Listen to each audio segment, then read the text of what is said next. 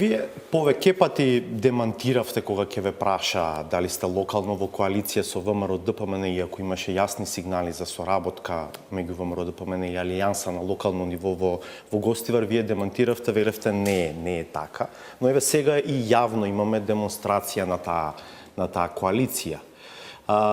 Колку со оглед на разликите идеолошки, политички, за некои магистрални прашања на централно ниво, ова е природна коалиција? Но да што, не дали таш акузувашим кени башпуниме ВМРО. Скеми пас шумиц, да кишим шумиц, до кишим башпуниме ВМРО. Таш кеми шумиц. Edhe tash po, unë e pohoj se në nivel lokal ne bashkëpunojmë me VMRO-n. Më thoni një dallim ku dallon SDSM-ja prej kësaj asaj VMRO-s të vjetër. Më thoni 2-3 dallime ku dallojnë. Thjesht në nivel lokal janë problemet lokale. Dhe neve na duhet bashkëpunim. Ne i kemi afru bashkëpunim edhe SDSM-s. Unë komunikoj në Gostivar. Дали добро ве разбрав, сметате дека СДСМ и ВМРО се исти во магистралните правци, например за НАТО, за прашањето за името, за односот кон албанците, за односот кон јазикот, за Европската Унија, исти се? Po, kryesia e VMRO-s në nivel lokal, unë flas në Gostivar, kryesia e VMRO-s është e orientume për t'i ndihmu komunës së Gostivarit.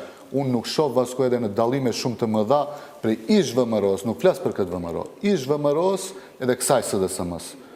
Plot skandale që po i shohim, gati se çdo javë nga një skandal që del prej qeverisë, e shifni se janë shumë ngjashme. Pastaj, факт е дека може да се дискутира на планот на владење, на право, на корупција, и така натаму. Јас се прашав за овој еден друг корпус на прашање. Да. Do me thënë, unë e them kështu, për shembull, për SDSM-n është Mukovski okej, Elizabeta Kamçeva është okej, Nikola Todorov është okej. Pse? Pse bashkëpunon me SDSM-n. BDI-a është pjesë e ish regjimit, ne s'mund të themi vetëm VMRO, po BDI edhe VMRO ishin ish regjimi. Tash Mukovski, Elizabeta, BDI-a si pjesë e ish regjimit janë shumë të mirë për SDSM-n. Kurse ato antar të VMRO-s që nuk e votojnë Вие дел од тоа мнозинство нели во парламентот што ги изгласа уставните промени. Сакате да кажете дека не требаше да се изгласат уставните промени?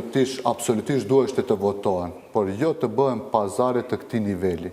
Në qoftë se e shohim e analizojmë çfarë u afrua atyre, faktikisht drejtësia ishte në pazar ndërmjet SDSM-s dhe antarëve të caktuar, deputetëve të caktuar të VMRO-s.